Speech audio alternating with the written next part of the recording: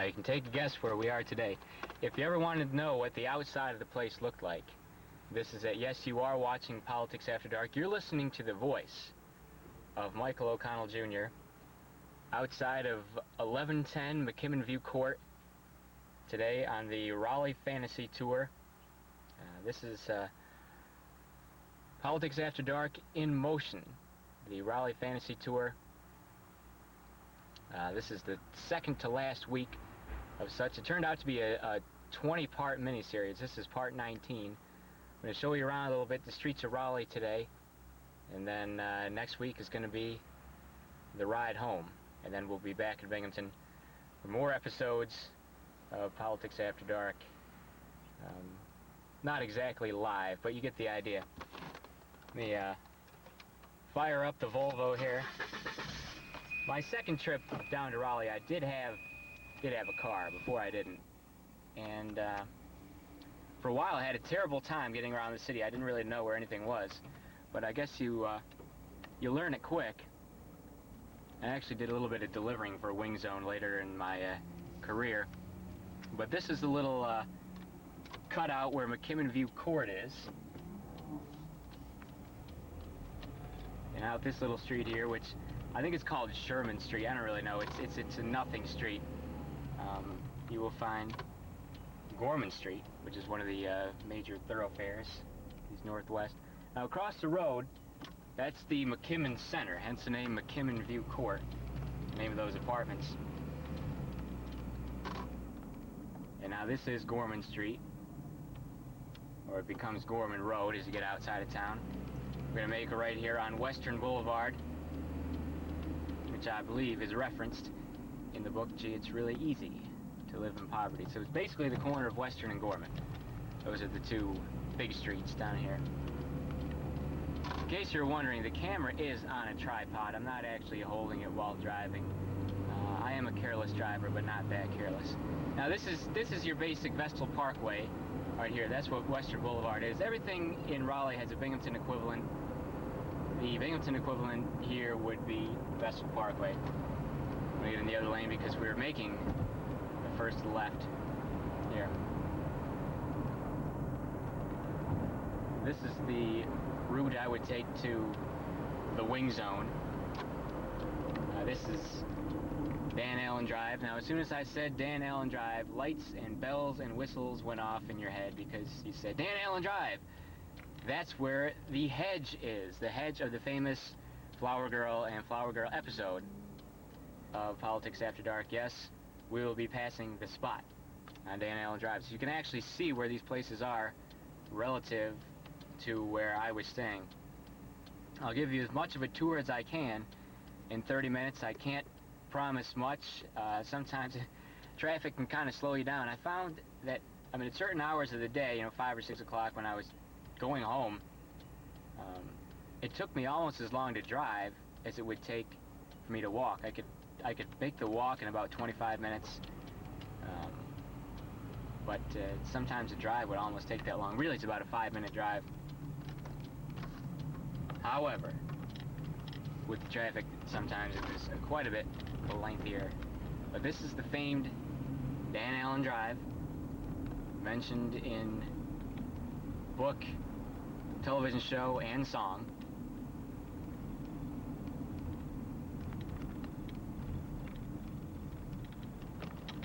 Now, as I film this is the end of April. I think you're watching it in probably late September or early October. I sort of lost track of time. But, oh, and here you get a perfect view of the famous Lady Wolfpack. That might have been outside your screen. But yeah, the Lady Wolfpack of Raleigh really makes this place worth seeing. But as I said, this is summertime Raleigh. Summertime is most of the year here, except for a short period when I was homeless and it kind of sucked. I was outside. But to your right is where the movie theater is, where I saw Walk the Line and Night Moves. And over to our right is the famed a hedge where the flower girl picked a flower. If you've missed that episode, oh, you really missed something spectacular. I'm not going to tell that whole story again, but this is a famous scene from the book and from the television series which accompanies the book. You are watching today, Joined in Progress, the Mike O'Connell Raleigh Fantasy Tour. Today, one of our famous Politics After Dark in Motion episodes. A little bit of a bumpy ride. I forgot to mention that before we started. Not always as smooth as roads here in Raleigh, but this is Dan Allen Drive, which, yeah, it cuts right through campus. That's something you don't find at Binghamton University. It's kind of set off from the rest of the world. Here, the streets of Raleigh actually run right through the campus. The campus is enormous, and the streets run right through it. Now, this is the famous Hillsborough Street, referenced often. I didn't even know we were going to get a green arrow. Perfect. Traveling now, this is we're headed east on Hillsborough Street. I just saw someone I work with. See, it's funny that now I'm to the point where I actually know people in Raleigh and will run into people that I know. Most of the time I was here at the beginning, I didn't really know anyone, and it was definitely a stranger in a strange land. Now I actually run into the occasional person that I know. But you just saw the automobile of David Waller, driven by Mr. Waller, guitarist for the Wing Zone band, who I know I mentioned this in the book, but it didn't come into fruition until afterwards, that there actually was this thing called the Wing Zone band, and it was one of the more outstanding things on my tour. But to your right, that's where the North Carolina State Library is. It's tucked back from the recesses of campus. You can't really see it from here. But that's where I started my my own personal right-wing education, reading all the right-wing books that I could. And this is the street that I describe as being very much like the main drag of American graffiti. It's got kind of an old-school Main Street-ness to it.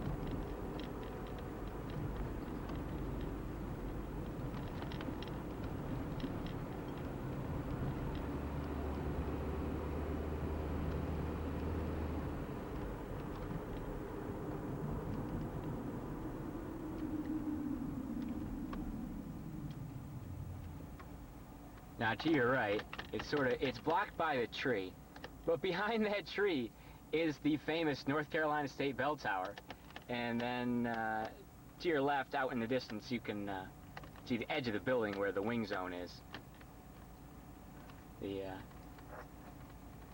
arm on my tripod could use a little WD-40. I'm not exactly in a position to do that right now,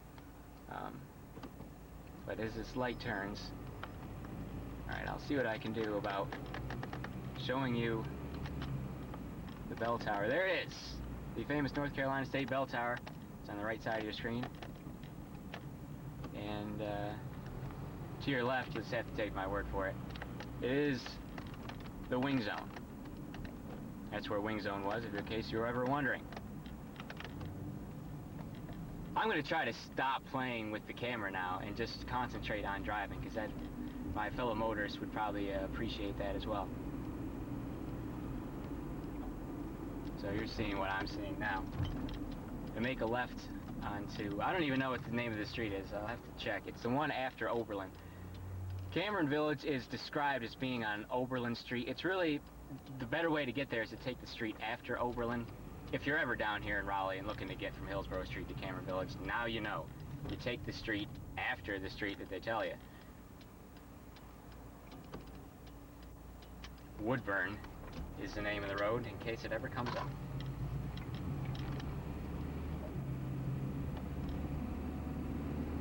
If you're joining me late, shame on you. You're joining the Mike O'Connell Raleigh Fantasy Tour.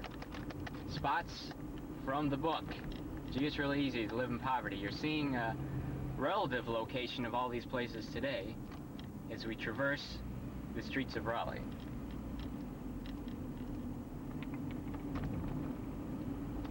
Coming upon now what is known as Cameron Village. It's a huge shopping district.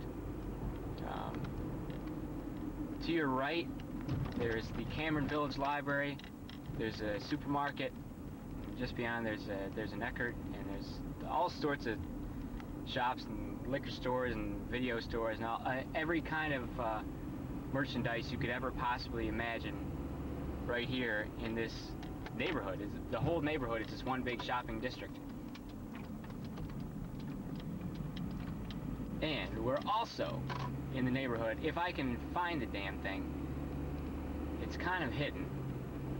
I never approach it from this direction, but I think I will be able to spot the sign, which is famous all over the world now, I suppose, because I've used this everywhere, that there really is, you see it there, speed limit 17. I did not make that up. There actually is a sign. You saw it. It says speed limit 17. That's not translated into kilometers or furlongs or anything. That's miles per hour. The speed limit here is 17 miles per hour. But this is really a cool section of Raleigh that there's nothing like this in Binghamton. It's a whole shopping district just like right in the middle of a neighborhood. And here it is. There's a bakery and a maternity store and an ice cream place.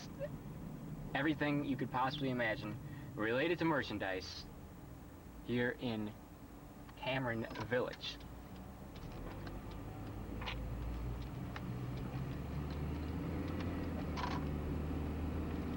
I had to make a slight detour for that, so we're going to be going back.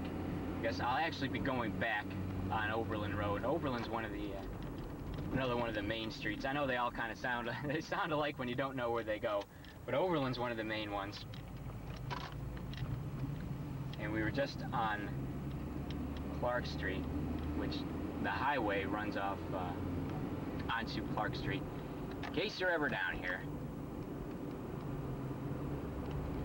And I don't know, I think I've done more for the Raleigh Chamber of Commerce with my advertising the place over the past few months than any of their programs ever could in the history of such an organization. I've never really met anyone from the Raleigh Chamber of Commerce, but I'm sure they'd be willing to thank me if we ever met.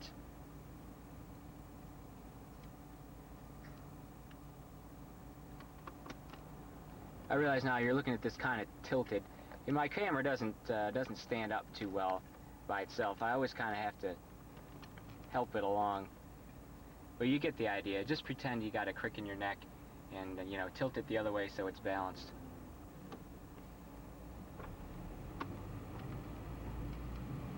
But this is back to Hillsborough Street. That shopping district we just visited, that's only a couple blocks from the bell tower.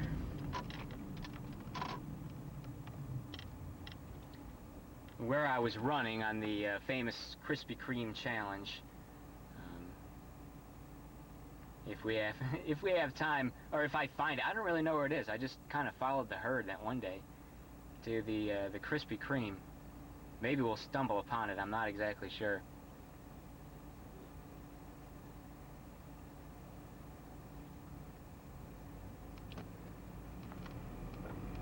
Off camera, there was some attractive lady wolf pack waving to me, and it distracted me for a moment. I'm sorry. Back to the tour. As we travel down Hillsborough Street, eventually we will meet downtown Raleigh, but this will give you an idea of how far it was from the campus down to civilization, I suppose. But this is the route I would walk from Lenore Street to Wing Zone, or anytime I was going back downtown, whether it used a computer at the State Library or go to the bus station, my home, for a while.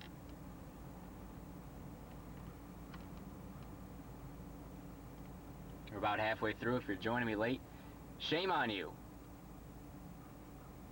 However, I do thank you for stopping for at least a few minutes to check out what exactly is going on in this program where you're watching through a viewfinder, if you will, the streets of Raleigh, North Carolina. Yes, you're watching Politics After Dark. You're listening to the voice of Michael O'Connell Jr. explaining to you all these fabulous places he's been the past few weeks on the show and the past few months in real life. All the exciting spots that became the book. Gee, it's really easy to live in poverty. This is second to last, the penultimate, if you will, episode of the Mike O'Connell Raleigh Fantasy Tour. And if you've caught any of these episodes, you have some idea what's going on. As I've often said many times before, you really should watch the show every week. It's much better if you watch the show every week. It's funnier, you get all the inside jokes, and you understand an episode like today's where you can say, oh yeah, I've seen that before. I recognize that particular thing or the reference he just made. I get it. I understand that now, of course.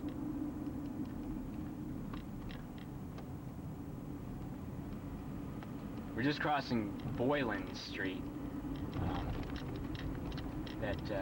Boylan, if you're down here, it's almost one syllable. And that was, the neighborhood I lived in was referred to as Boylan Heights.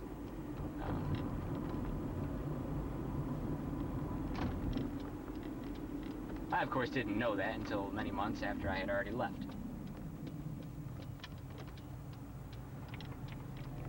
We're now turning off Hillsborough Street to make a short jog here to get back to the, this is West Jones Street coming up here, I think, and we should be in the neighborhood of a spot that was 2 episodes of Politics After Dark. Yep, you know what it is. It's the Raleigh bus station / police station. You can see where this place actually was. Now, off in the distance, to your left, you can see Greyhound Station / police station. Right there. And this is a one-way street, so we have to be going this way. But yeah, that's where I came into town. Just across the road is a Days Inn. Can't see it though, because it's a one-way street going the other way, and it would be ridiculous for me to circle around as such.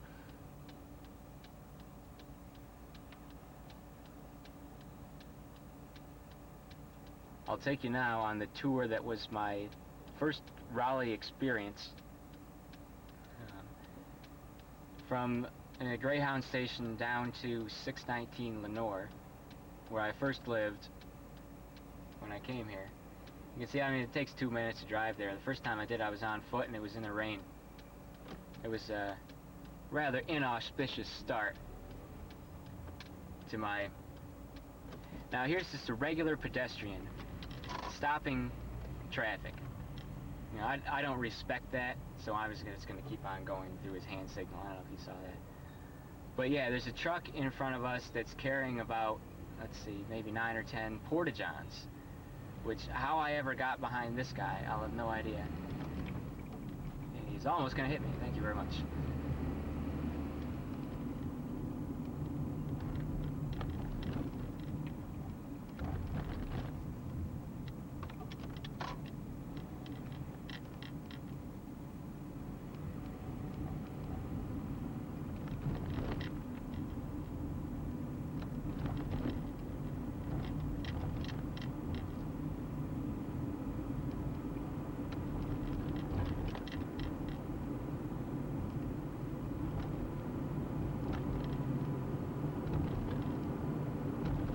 This was my first Raleigh experience, walking down this road in the rain and cold when I first got here. I'm going to take a short detour because we have a little bit of time. I can show you where the Berkeley Cafe is.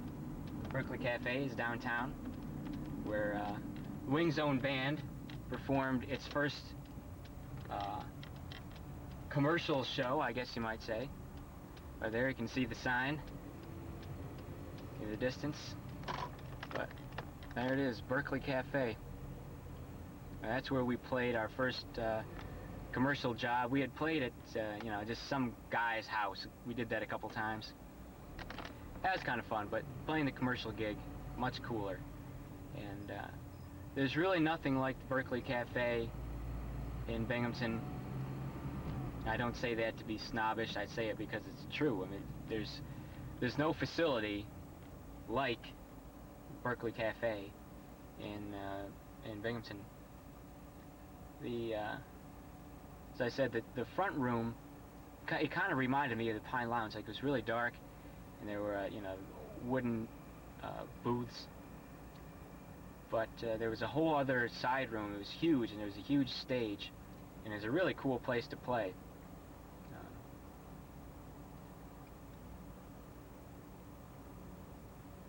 From the days of the Wing Zone band. Now, from this little detour, I still should have enough time to get back to Lenore Street. You can see where that was in relation to everything else.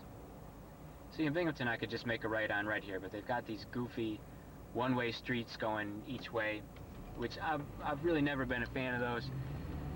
There are some in my neighborhood in Binghamton, and it really annoys the heck out of me. But luckily, they're not main roads. You can avoid them most of the time. But this is downtown Raleigh. This is where I spent much of my early time here. I thought this was, you know, this was Raleigh. But no, the real Raleigh is where the university is. This is just kind of goofy state capital stuff.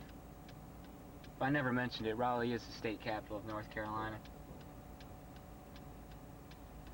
Remember when you were a kid, like, the way to decide who was the smartest person was, like, who could name the most state capitals?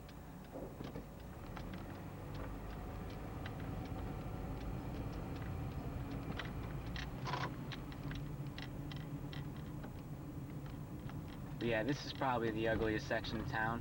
This is where I spent most of my early days. He's such a nice guy, O'Connell. Slow pokes and funny.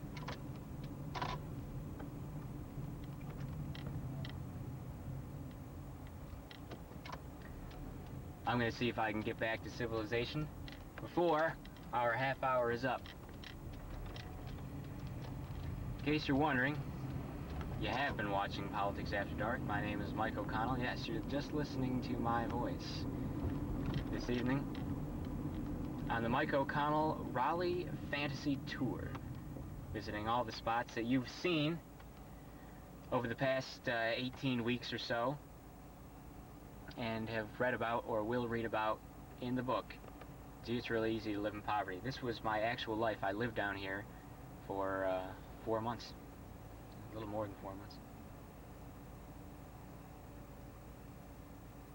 I still had a lease on an apartment until the end of May, but I left at the beginning of May. Luckily, real life Mike O'Connell has a lot of money that he can just blow on worthless projects, such as that.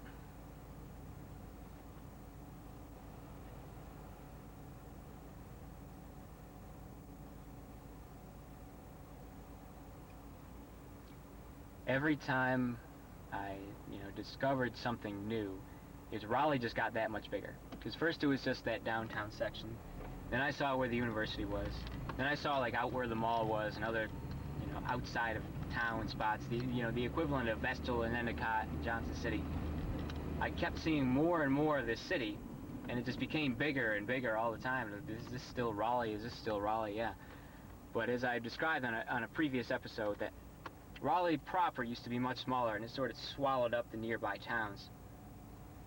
It's as though someone said, hey, you should call your place Greater Raleigh, and just have Raleigh swallow up its accompanying little towns and villages and hamlets nearby. This is back to, it's called Dawson Street now. That was the street that Dawson's Street is straddled by the Greyhound station and the Days Inn, I suppose you could say.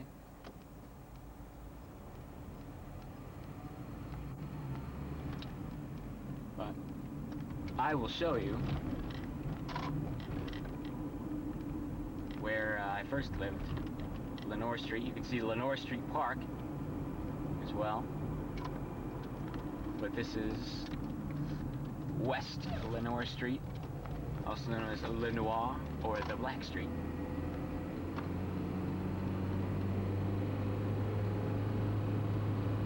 First question my landlord asked me over the phone when I first came to town, you've heard me tell it before, he says, "Are you white?" Yes I am. Well, most of the people in the neighborhood are black. Okay, I'm sure I'll live by this stoplight here. That's actually, you can see my home. There, not the one on the corner, but the second one. That's 619. And then across the street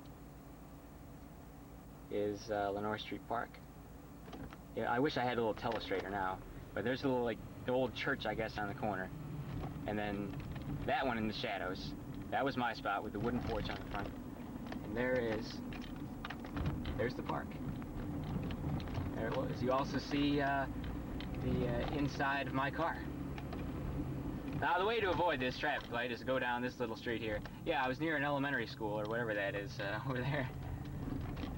I guess, I never saw the kids from that school at the park, because they had their own little park at the school. Now, I know what you're thinking, this bumpy road. Oh, Mike, is not even really a road. Well, yes, it is. They just maintain their roads here in a very poor manner.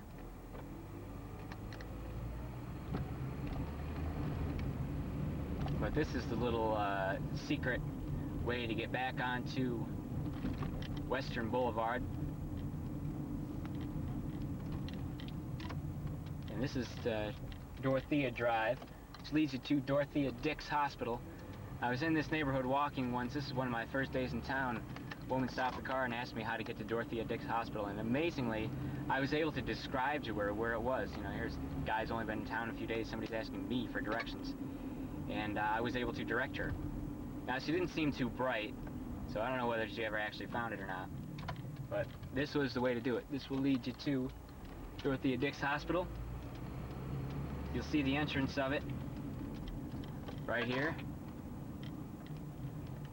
The grounds. So we are back onto Western Boulevard, which is perfect timing, I might add, Mr. O'Connell, because we're getting near the end of our half hour for this evening's episode. Ladies and gentlemen, if you're joining me late, shame on you. You should have been watching from the beginning. And you should have been watching the past 19 weeks now on the Mike O'Connell Raleigh Fantasy Tour. But, oh, over to your right, there's the jail. They used to order from us all the time at the Wing Zone. But I was able to stay out of that one. But this is, as I said, this is Western Boulevard. This is their version of the Vestal Parkway. And you take this road, hop on to 440, and then 40, and then you're out of town. And next week will be the final piece of the puzzle, our final exit, grand exit finally, after 20 weeks of you seeing the show here in Raleigh. We're going to be on our way home. And it'll be this same kind of Politics After Dark in motion episode. And I hope you'll join us then. Next week, Tuesday, 8:30 to 9, right here on Public Access Cable Channel 4. The name of the show is Politics After Dark. My name is Mike O'Connell. I thank you for watching. In the intervening 167 and a half hours, I take no responsibility for whatever happens to you, for good or for ill. I simply say good luck, good night. I'll see you next time as we approach now Avon Ferry Road. There's another one that changes the name. It cuts through campus. And after that, we will be back to Dan Allen Drive on the way home. See you next week, everyone. I hope you have a good one.